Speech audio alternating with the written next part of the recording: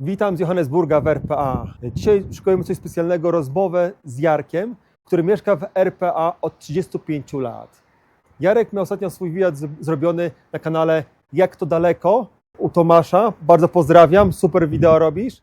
I skoro jesteśmy w RPA, jesteśmy w Johannesburgu, pomyśleliśmy, że to będzie super okazja, żeby spotkać się z Jarkiem i samemu porozmawiać, bo wygląda na super człowieka, jest bardzo sympatyczny.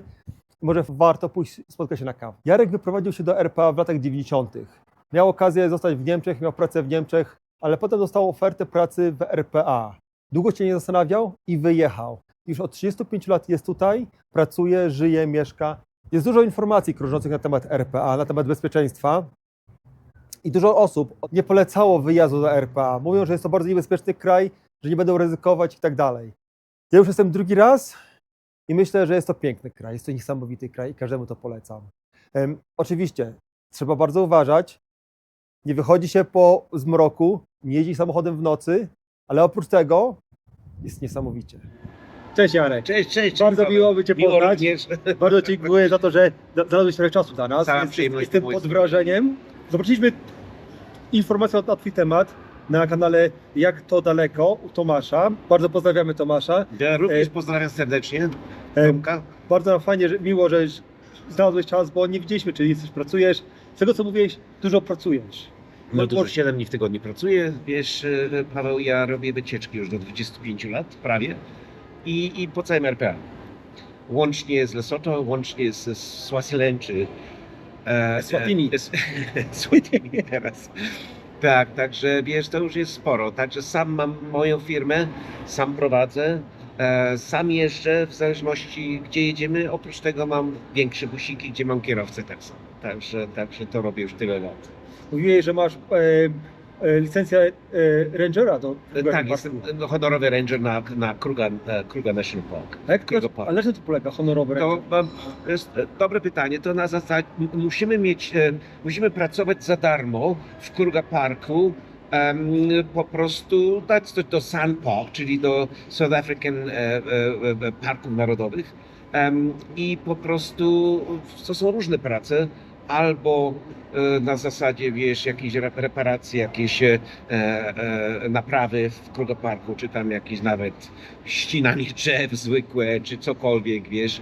A ja robię na zasadzie, jeżdżę moim samochodem i w razie jak widzimy, jak turyści są niegrzeczni, wychodzą, siedzą w otwartych oknach, czy tam przez dach w szybie wychodzą, więc no, spokojnie mówimy, nie róbcie tego, wiesz. Żeby po prostu był bez horroru, taki powiedzmy, no, ochroniarz taki, żeby, wiesz, że nie było problemu, żeby ludzie uważali, bo coraz więcej turystów jest na zasadzie, wiesz, że myślą, że park taki narodowy jest zoo, wiesz, a to nie jest, niestety trzeba uważać, no, bo to są dzikie zwierzęta. Dużo było wypadków właśnie. Była sytuacja jeszcze w tamtym roku, że ktoś, turysta wyszedł z samochodu, no i słoń niedaleko był, prawda, i wyszedł i uderzył w samochód. No i niestety zabił tego pana, który tak zabił tego turystę. Niestety tak się stało, ale śmiesznie. Także bardzo trzeba uważać na to właśnie. Także robimy to za darmo, powiedzmy w ten sposób. Tydzień w roku musimy to robić, ja tam często jeżdżę nawet. Ekstra robię po to, żeby coś dać dla parku, wiesz.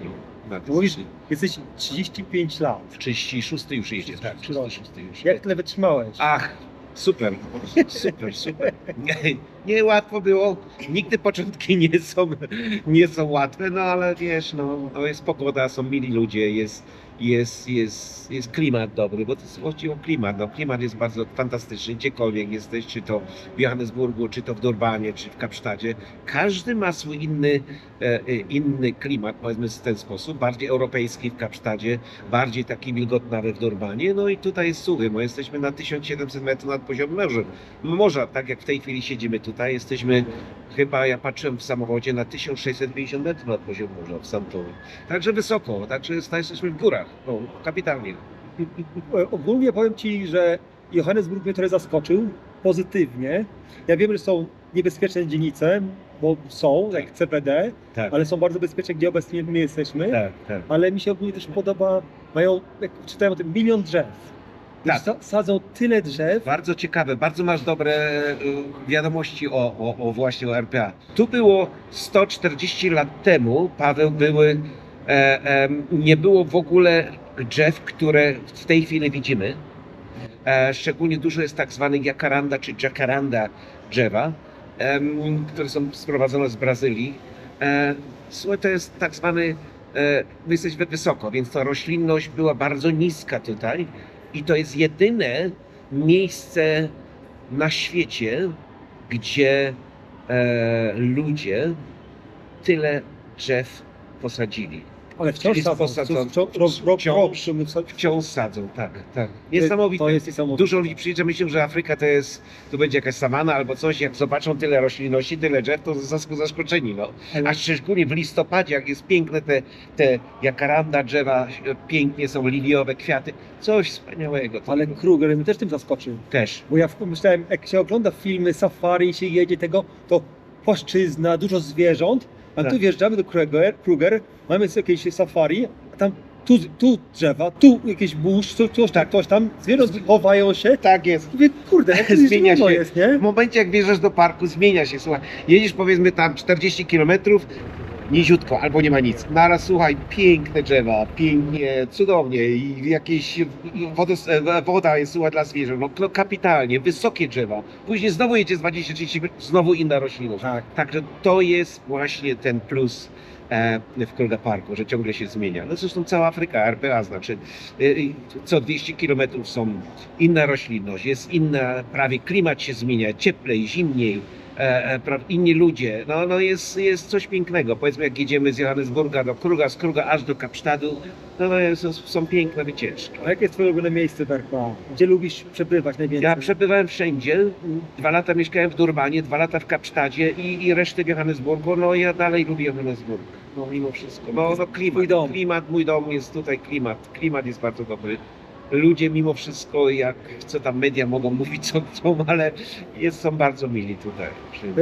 Może mogę nawiązać do twojej rozmowy z Tomaszem. Tak, oczywiście. Bo tam bardzo ładnie przedstawiłeś RPA i Johannesburg. Ja jestem pod wrażeniem, bo ja też słyszałem od innych osób to samo. Wspomniałem tutaj wcześniej, że spotkaliśmy francusko-włoszkę, która wyszła za mąż za białego Afrykańczyka tutaj, mieszka od 9 lat. I mówiła bardzo podobnym tonie co ty na temat bezpieczeństwa w tym kraju. Tak. Że mili ludzie, świetne miejsce, w ciągu dnia chodzić z biżuterią na rękach, kolczyki, cokolwiek, świeci się wszystko, nikt nie ma problemu. Nie. Tylko jest inny poziom bezpieczeństwa, Tak. że jak jest zmierzch po zmroku, raczej nie wychodzi, samochodem ewentualnie pojedzie sobie z jednego miejsca do drugiego, ale w nocy się tutaj raczej nie chodzi. To jest coś, czego Europejczycy chyba jeszcze nie do końca pojmują. Tak, wiem o co chodzi ci. Dlatego wiesz, to 6 wieczór jest ciemno, bo to ludzie jeżdżą, tak my tu jesteśmy, jeżdżą do restauracji, prawda, czy zjeść obiad, ale większość mieszka w domach, więc mają swoje duże domy, mają swoje baseny, prawda, mają swoje, robią sobie gryla w domu, także jakoś ludzie nie chcą iść. Nie wiem, czy to jest podyktowane bezpieczeństwem, na pewno. Z drugiej strony wolą sobie siedzieć jednak we własnym domu. Tak. No, nie. Końcem tygodnia tak, zobaczysz więcej ludzi, ale poza tym widzisz, pracuje się tu dosyć długie godziny.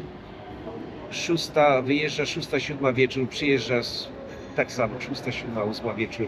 No to gdzie mają? Są zmęczeni, no gdzie mają chodzić? No tak. No, to nie jest na zasadzie, że jeszcze przyjeżdżasz, wiesz, i do domu i jedziesz, do 10 jest jasno, jeszcze sobie chcesz pospacerować. Nie, nie istnieje coś takiego w takim. Więc mam kolejne pytanie, bo tak słuchaj. rozmawiamy o tych domach, Tak. posiadłościach. Parę rzeczy tam pani ta z Francji też powiedziała, to było, że oni kupują domy, ale nie kupują domów czy działek dużych, gdzieś, gdzie jest dużo miejsca, pola, bo wiedzą, że się inne osoby potrafią wprowadzić na tą działkę, Tak. postawić blaszaki Tak. i dzielnica się pogarsza. Jak jest zabudowana dzielnica, to wtedy się kupuje. Raczej jest troszkę ryzyko, żeby nie kupować, gdzie jest tam prawda, wolna ziemia, czy do kupna, czy co, bo nie wiadomo, co może powstać. Tak to A wygląda. te domy teraz są też takie drogie, czy No, to znaczy podrożały dużo, w przeciwieństwie co było 10, 15 czy 20 lat temu.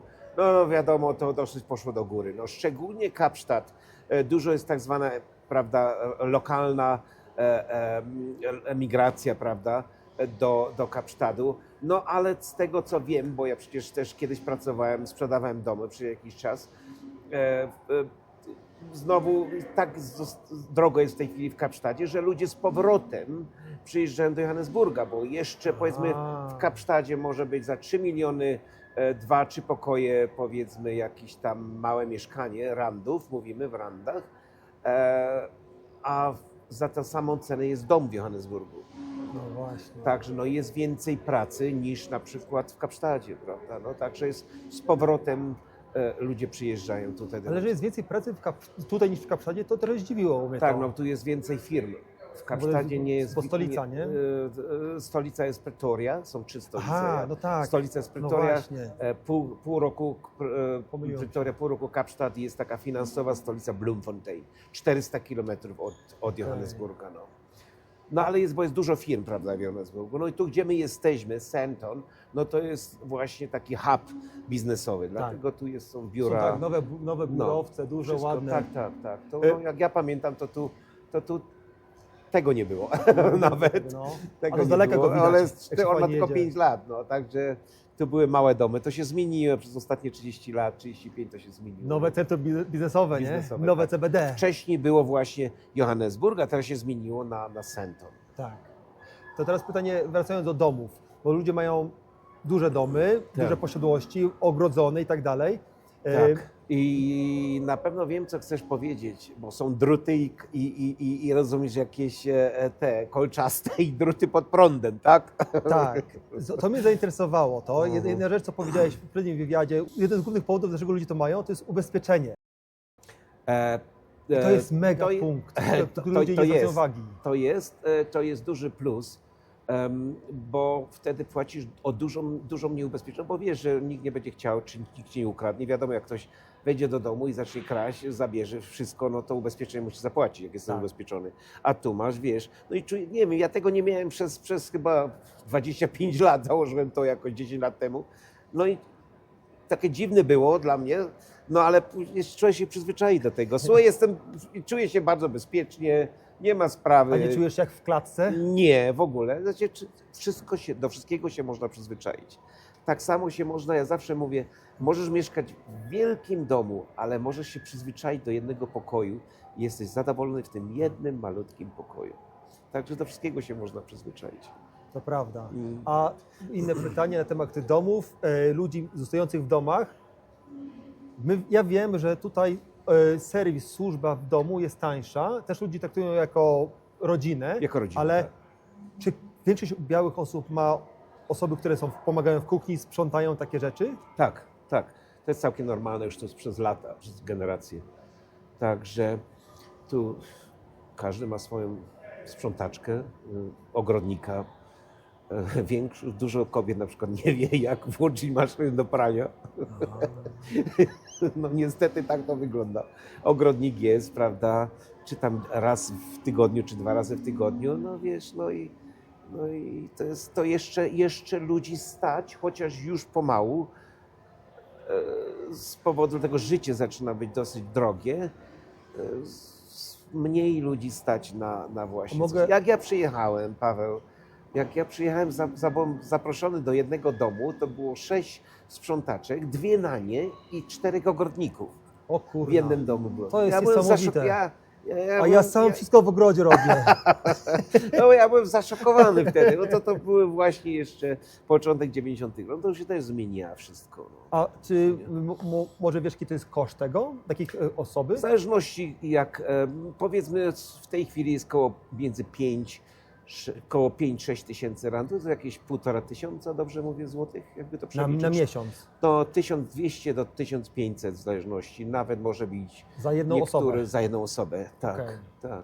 tak, sprzątanie, no i wiesz... To nie jest aż tak mało. No nie jest mało, nie, dlatego mówię, że ludzi nie stać, zaczyna ludzi nie stać. Jeszcze było powiedzmy 5 lat temu miałeś za 500 złotych. No, a tak poszły ceny do góry w tej chwili. To jest duża różnica. No, wszędzie chyba, tu szczególnie są. Niektóre wejścia do parków poszły, niektóre po 500%. to jest tragedia. No. No. Ja też, ludzie zaszokowani, ale co zrobisz? No co zrobisz? No tak już. Nie, ale chyba tak to takowy wygląda. No. kosztorycznie Koszty, wszędzie tak. wzrasta. W Europie wzrosło, w Tak, Stanach wzrosło, tak, w UK tak, wzrosło no, masakrycznie. Tak. E, No ale- ale jeszcze, wiesz, no jeszcze ludzi stać tutaj na właśnie takie osoby, wiesz, żeby pomagały w domu. No i jest praca, no jest ponad 1 milion chyba osób takich, które w RPA, a może nawet więcej, którzy pomagają w domu, no wiesz, dają pracę ludziom, no. No, ale, Bez tego, ale co... unemployment Wysoki jest, jest wysoki. ogromny unemployment, to jest ile? 40 Tak. do 60%? Tak. A jak to jest w Johannesburgu czy na cały kraj? No, na cały kraj. No, na No to cały jest kraj. potężne. U Potężne, nas ile jest? tak, 5-6%? Ja- I w Polsce ludzie narzekają? Nie. Ja wczoraj czytałem, że w Hiszpanii jest 50%. Ale to młodzieży. Młodzieży. Młodzieży do A tu jest- 20-22 lat tak, jakoś tak. A tu jest młodzież właśnie. Tu jest chyba nawet prawie do 60% młodzieży między 18 a 28. No. Także nie jest ciekawie. Niestety. Ale to jest- z plusów i minusów to jest ogromny minus, bo się zgadzam, ale z plusów dzięki temu jest tańsza siła robocza dla właśnie Jest dla tańsza, domu, tak. pomoc domowa, Tak, nie? tak. No i czy gdzieś jak chcesz budować albo coś, prawda, to już nie są jakieś ceny wysokie czy jakiegoś chcesz, żeby ci coś z cegły zrobił, jakieś dobudował do domu albo coś, to nie są wysokie ceny, wiesz, to nie są Ale, straszne ale nie wiem, czy zauważyłeś, Mhm. jak teraz bywasz w Europie, tutaj jak jesteśmy, to mimo tego bezrobocie jest ogromne, to wszędzie są zatrudnione osoby na różnych pomocach, gdziekolwiek, Tak. jest od groma ludzi. Idziesz na stację, obsługują cię, dają ci, nalewają paliwo, Tak, 10 osób ustawionych nie nalewa piwo. tak. Tego w Europie nie ma, Nie ma. mimo nie. że Tak. bezrobocie jest o wiele mniejsze. No, I to jest szokujące. tu jest właśnie, że na każdej stacji benzynowej nie wychodzisz z samochodu, nie Tak. wlewasz sam benzyny, tylko wlewają. Ale to nie są tylko stacje benzynowe, to jest wszędzie praktycznie. Wszędzie, Gdzieś ktoś Tak, gdzie- po tak. paręnaście osób zatrudnionych, Tak. nie? To jest ten plus właśnie, że ludzie próbują coś robić, żeby zarobić, no mimo wszystko. No. Widziałem, jak byłem w zeszłym roku w Cape Town, Tak, to ktoś mi informował, że osoby, które pracują, pomagają na ulicy i tak dalej, one zarabiają pomiędzy 200-250 euro, funtów Tak. na miesiąc. tak. Jak ja zobaczyłem na koszty życia, czyli podobne koszty, troszeczkę niższe niż w Europie, jedzenie i tak dalej, ja szczerze mówiąc nie wiem, jak oni dają radę. Nie? No ciężko jest. Dlatego właśnie wspominałem Ci wcześniej, że na przykład ceny wody miesięcznie czy elektryczności, prawda, to są bardzo wysokie w tej chwili. Jeszcze mieliśmy najniższe ceny wody i elektryczności jeszcze 30 lat temu najniższe w świecie. A teraz mamy jedne z najwyższych w świecie. Także są miliony ludzi, którzy mówią, no czy mogę coś kupić do zjedzenia, mogę iść do marketu kupić, czy mam zapłacić za elektrykę. No niestety, takie już czasy nastały. No. Dlatego dużo ludzi też, nawet co mają pieniądze, zakładają, bo jest tak droga elektryka, zakładają solarne, prawda, na dachy te płyty, prawda. Także i to też jest duży plus, no, też to troszkę można zmniejszyć te... A to państwo robi jakieś pomoc właśnie do zakładania paneli solarnych? Nie, no można wziąć tylko z banku, jeśli chcesz Pożyczkę. jakieś pożyczkę, ale tak to trzeba samemu zapłacić. No. Bo w Europie to było dosyć popularne, tak Było. niektóre kraje były coś pomagało tu, pomagało tam. Tak. Oczywiście zaczęli to zmieniać później, Tak, ale na nie ma początku tutaj, nie ma. Musisz sam sobie zapłacić wszystko. A jest- Sporo kosztuje, no. to z tej historii, z kosztów, może pogadajmy o kosztach, bo to jest myślę też bardzo ciekawe dla ludzi, którzy nie wiedzą, jak wygląda życie tutaj. Tak, W większości trzeba mieć prywatną służbę zdrowia, trzeba płacić Tak. za szkoły, za uniwersytety, tak. za ochronę, trzeba płacić ochronę, bo Tak. policja nie jest taka, jak szybko odpowiada, Prawda. jak prywatna ochrona. Tak jest. Czy mógłbyś na ten temat opowiadać? No, tak jest, no. Wiesz, szpitale są rządowe też, ale wiesz, też trzeba płacić, no niestety. Prywatne kosztują dużo pieniędzy, to od razu muszę Ci powiedzieć. A masz Różnie to jest ubezpieczenie prywatne? Ubezpieczy prywatne, tak. Ja. I to kosztują spore, w zależności jaka duża jest rodzina, może być i 5-6 tysięcy złotych na miesiąc. No ale wiadomo, 5-6 nikt nie tysięcy chce złotych na miesiąc. na miesiąc. Tak w to jest Polsce około człowiek 20. zarabia 4, 5, 6 tysięcy, Tak. to nie ma no. możliwości. Nie, to absolutnie, no. O mój Boże. Powiedzmy 2 osoby, no to ma około 1500 złotych, powiedzmy 1500 do 2000 na miesiąc złotych. No.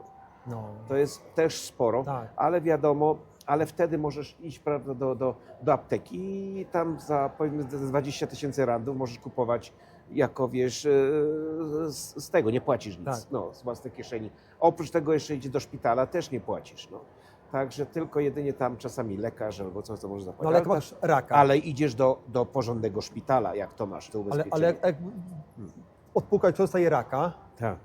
to, No to idziesz na operację i jest, specjalne są tam, prawda, punkty, że w zależności jaka wysoka jest ta premia płacenia, prawda, na to ubezpieczenie, no to wiesz, możesz operację mieć bez problemu. No. a jak Ja ktoś miałem ma, raz operację na wyrostek parę lat do tyłu, także nie płaciłem ani grosza. No. Okej. I w dobrym szpitalu, w bardzo dobrym szpitalu. a jeżeli ktoś jest chronicznie chory, na przykład ja mam problem z plecami, mam Tak. zastrzyki, co 3 tygodnie biorę zastrzyki na to. To jest tak zwany, chronic medicine, Tak. to dostajesz za darmo. Okej. O, to ja się mogę przeprowadzić. Ale jak płacisz te ubezpieczenie, nie? To dostajesz, no. A jak to wygląda ze szkołami? Szkoła, no kiedyś były za darmo, jak mówię, no a teraz trzeba wszystko płacić. Dopóki nie zostały zniszczone. No tak, no, to wiemy, no. A, Chociaż a nie teraz wiesz, jakie są koszty tego? Że? A jakie są koszty tych No szkół? różne są. Ja nie wiem, jakie teraz są koszty, ale drogie są. Nie To chodzisz? Wiem, że drogie. Nie chodzę do szkoły już jakiś czas, Tak. ale wiem, że uniwersytety są bardzo drogie, uniwersytety. Także nie każdego stać właśnie na to. Ja słyszałem, rozmawiałem z taką pewną białą osobą w Kapsztadzie, pod Kapsztadem. Młoda dziewczyna, ona była tour guide'em w takiej restauracji, gdzie też mieli krokodyle. Nie mieli krokodyli, ale mieli tak jakby pokazać, że tutaj mają krokodyle i Tak. taką historię przedstawiali. Ja zacząłem ją też podpytywać o życie tutaj i ona mówi, ona miała bardzo dobre oceny. Ja po polsku się mówi wyróżnienie z paskiem, cokolwiek. I nie ją przyjęli gdzieś tam, dali jej pomoc, że dostanie się na studia, czy finanse, tylko osobom w czarnej skórze, tylko do tego, bo potrzebowały im pomóc, mimo że ona była o wiele lepsza od wszystkich innych. I mówi, że to było dla niej szokujące i ja wtedy zrozumiałem, że oprócz tego, że jest drogo, to też jest trudno się dostać do niektórych No jest osób. trudno niestety, nie? dostać się, tak, trudno dostać niestety, no. Czasy się też zmieniły, prawda, no i wiesz, no i geopolityka się zmieniła, także to już jest inna sytuacja, jak to kiedyś było. Tak, ale ogólnie wciąż jestem pod wrażeniem, jak ty przedstawiałeś RPA. Ja się cieszę, że udało mi się zmienić podejście mojej żony do RPA, bo ona nie bardzo chciała przyjechać, wszyscy ją odmawiali. A teraz kocha RPA po jednym dniu. Teraz już ludzi namawiać, żeby No przyjechali. proszę, no to Kurde, to jest to, nie? Właśnie, to jest ten plus. Ja znam to, Paweł, ja znam to, bo przecież ja miałem ludzi, całą grupę w grudniu, tak jak Ci już wspominałem, krótko.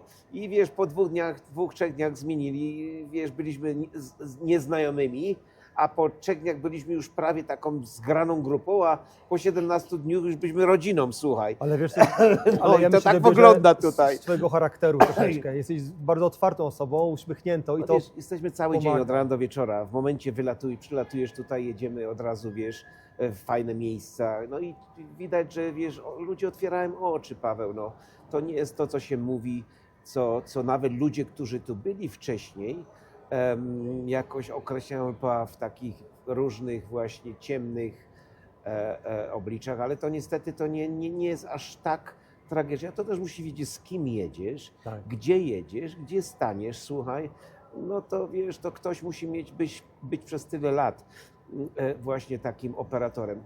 Tu co się stało, wiesz, dużo ludzi zmieniło pracę nawet po tych 2020, wiemy co było, zastrzeżenia, prawda? Dlatego dużo ludzi straciło pracę, takich właśnie przewodników. Dużo już nie podjęło pracę, bo przecież tu się nie działo ponad rok nic, prawda? Ani turyści nie przyjeżdżali, Tak. samoloty i tak dalej.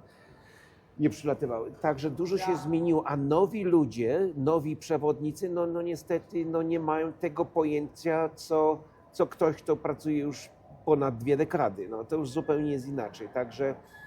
Także warto, jeśli ktoś chce przylecieć tu powiedzmy do RPA, to niech weźmie kogoś, kto nie musi być mnie, może ktoś być inny, ale żeby wiedzieli, że wiesz, że będą zadowoleni, że będą bezpieczni i tak dalej. No, na tym cała sprawa polega. No.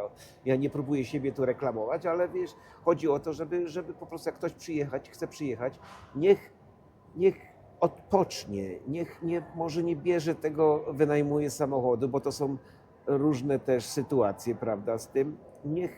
Niech przyjedzie, niech sobie tą szklankę wina wleje jadąc, słuchaj, i degustuje się jadąc do Kruga Parku, czy tam weźmie sobie piwko i pije po drodze, a nie ciągle napięty i nie wie gdzie jechać, jak jechać, słucha tego GPS-u, prawda, i później wjedzie w miejsca, gdzie może nie wyjechać. Także to jest, uważam, że Albo 100% przygotowania, tak, albo weź kogoś, kto się na tym tak zna. jest, kto się zna. No, tyle. Jest plus też, są ludzie starsi, którzy nie znają angielskiego, także to jest bardzo ważne, żeby to fajnie czuć się z rodakami, dlatego zawsze mówię, czy to z Polski rodacy, czy z innych krajów, bo mam z Australii, z Kanady, z Niemiec przecież Polaków, to niech przyjeżdżają i zawsze się człowiek inaczej się czuje. No.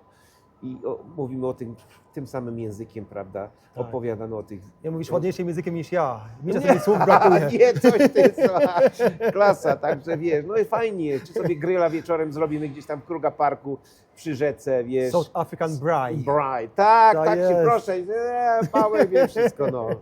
Tak to się nazywa, tak. Ci powiem, naprawdę mnie urzekła osobowość ludzi tutaj, Tak, że wszyscy są Bardzo uśmiechnięci, tak. radośni, Tak. bardzo mili. Mimo Kurczę, to jest niespotykane, że każdy przyjdzie, uśmiechnie się, how are you, co tam słychać, Tak. gdzie byłeś, gdzie jedziesz, jak fajnie, może coś chcesz, Tak. tego.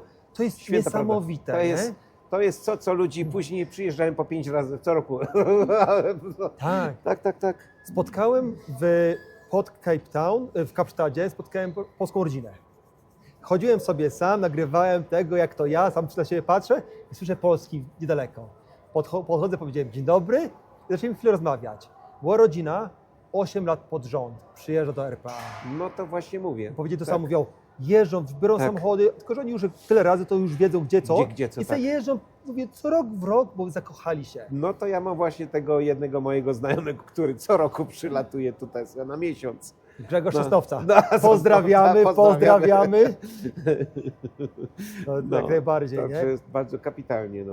Ja się obawiam, że się trochę w RPA też zakochałem. No i przyjedziecie, ja was widzę za parę miesięcy, słuchaj. No. Bo, Ja was widzę z dużą grupą, słuchaj. No. mam nadzieję, Jedziemy. mówimy znajomych, rodziny. Tak, mówię, bierzcie wszystkich, słuchaj. Może ktoś zobaczy to i niech zaproszę pogadać z Marysią i Pawłem, to zobaczycie, oni wszystko zorganizują dla was. ale jeszcze powiem tylko na koniec, bardzo mi się podoba natura w tym kraju. Tak, Inna niż spotkana w Europie, tak, czy na przykład inna niż w Stanach. Tu Tak. jest tyle tych zwierząt, tak. że ja tylko jechałem, jadę z samochodem i mi kopara opada. Tak, Tu, święta, święta prawda. I tak, tak. i góry, i wąwóz, Tak, tak. i zwierzęta, i Tak. piękne drzewa, i inna natura, potem wybrzeże. Setki Pięknie. hipopotamów, słoni, tak. Boże Święty, Tak, nie? tak. Mówimy na przykład o San Lucie, no to przecież największe, prawda, skupisko hipopotamów. Tak. Tak, no coś pięknego. No. To jest właśnie dlatego ja tak właśnie też jadę przez Kruga Parku do San Lucia, do Durbanu i później do Kapsztadu i zatrzymuję się zawsze te 2 noce w San Lucie, bo to jest kapitalne na ten statek, prawda, wejść, To prawda, jest. i wiesz sobie tam te parę godzin na tym statku oglądać. No kapitalnie. Ale wiesz, co jest najlepsze, czego pewnie ludzie A. mogą nam nie uwierzyć? Że my nie wyolbrzymiamy. Ja naprawdę nie wyolbrzymiam tego, o czym Nie. ja mówię. Ja też nie, bo to nie ma sensu. No, każdy mówi... Jedyną osobą, którą mi zawsze wierzy, jest moja mama. Jak ja jej mówię, jak ja jestem w pięknym miejscu, jej wysłałem zdjęcia, mówi Paweł, moja mówi tak, ja Paweł tobie nigdy nie zazdroszczę żadnych podróży, ale tą tak. Mówi, to jest to, co Mama chciałem przyjedzie. w życiu zobaczyć. Widzę was po sierpniu w lecie, bo teraz zima jest w lecie, słuchaj. Ale zdjęcia to nie jest to samo. Możesz Nie. wysłać tysiące, miliony zdjęć, słuchaj. Jak przyjedziesz, jak wylatujesz, wychodzisz z lotniska w Johannesburg, czujesz to świeże powietrze, słuchaj, ten klimat, to już wiesz, że jesteś gdzie indziej. To już zupełnie jest inaczej. To już w ogóle, jak już jedziemy przez te 3 tygodnie, to już zupełnie inaczej. To prawda. Więc mam nadzieję, że uda nam się kogoś namówić, Oczywiście. wysłać do pięknego Nie trzeba RPA. nawet namawiać, tylko powiedzieć słowo, no. Jak ktoś nie chce jechać, to nie no, traci, a czas szybko leci, czas leci, słuchaj, kosmiczną prędkością, słuchaj.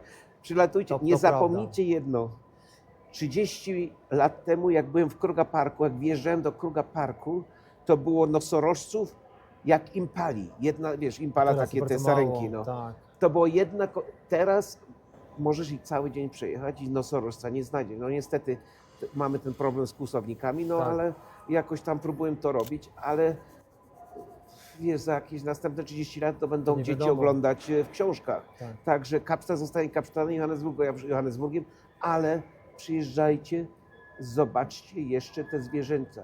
Podjedźcie do tego słonia w naturze, nie w zoo. Tak. I wtedy czujecie ten zapach tego zwierza, jak on reaguje, jak on z tymi małymi słonikami tam chodzi. Zupełnie inaczej to wygląda. Jest niesamowite doświadczenie. Zgadzam się w 100%. Mm. Zapraszamy. Jeszcze raz bardzo dziękujemy, Dziękuję. Jarek. Ogromna przyjemność. Dziękuję. Bardzo miło Cię było poznać. Cała przyjemność po mojej stronie.